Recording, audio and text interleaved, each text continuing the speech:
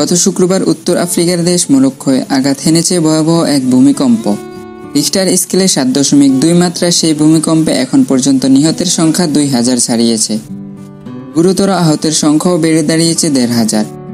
এই ভূমিকম্পে অসংখ্য দালানকোঠা ধসে উপদ্রুত এলাকাটি রীতিমতো ধ্বংসপুরীতে পরিণত হয়েছে। লোকজন তাই একটু নিরাপদ আশ্রয়ের জন্য হ্যান্য হয়ে ঘুরছে। ভয়াবহ এই ভূমিকম্প ক্ষতিগ্রস্তদের সাহায্যে এগিয়ে এসেছেন বিশ্বব্যাপী নানা শ্রেণীর পেশার মানুষ। একইভাবে বিপর্যস্ত মানুষের সাহায্যার্থে হাত বাড়িয়ে দিয়েছেন পর্তুগাল সুপারস্টার ক্রিস্টিয়ানো রোনালদো। মরক্কোয় রোনালদোর মালিকানাধীন হোটেলের দরজা খুলে দেওয়া হয়েছে দুর্গতদের জন্য। বিশ্বব্যাপী রোনালদোর 5টি হোটেল রয়েছে। মরক্কোয় আল নাসরের তারকার মালিকানাধীন হোটেলটির নাম পেস্তানা CR7, যা মারাক্কেশ শহরে অবস্থিত। একাধিক ইউরোপিয়ান সংবাদ মাধ্যম জানিয়েছে বিলাসবহুল এই হোটেলটি এখন মরক্কোর ক্ষতিগ্রস্ত মানুষদের জন্য উন্মুক্ত করে দেওয়া হয়েছে।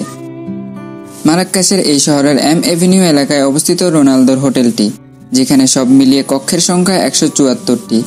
এই কক্ষগুলো এখন বাণিজ্যিক উদ্দেশ্য নয়, বরং ব্যবহার করা হচ্ছে ভূমিকম্প ক্ষতিগ্রস্তদের আশ্রয়কেন্দ্র হিসেবে।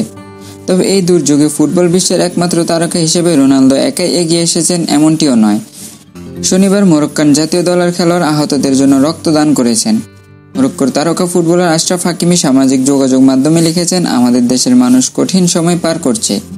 এটাই একে অন্যকে সাহায্য করার উপযুক্ত সময়, যেন যতটা পারা যায় জীবন বাঁচানো সম্ভব হয়। যারা জীবন হারিয়েছে তাদের জন্য আমার হৃদয় নিংড়ানো শোক।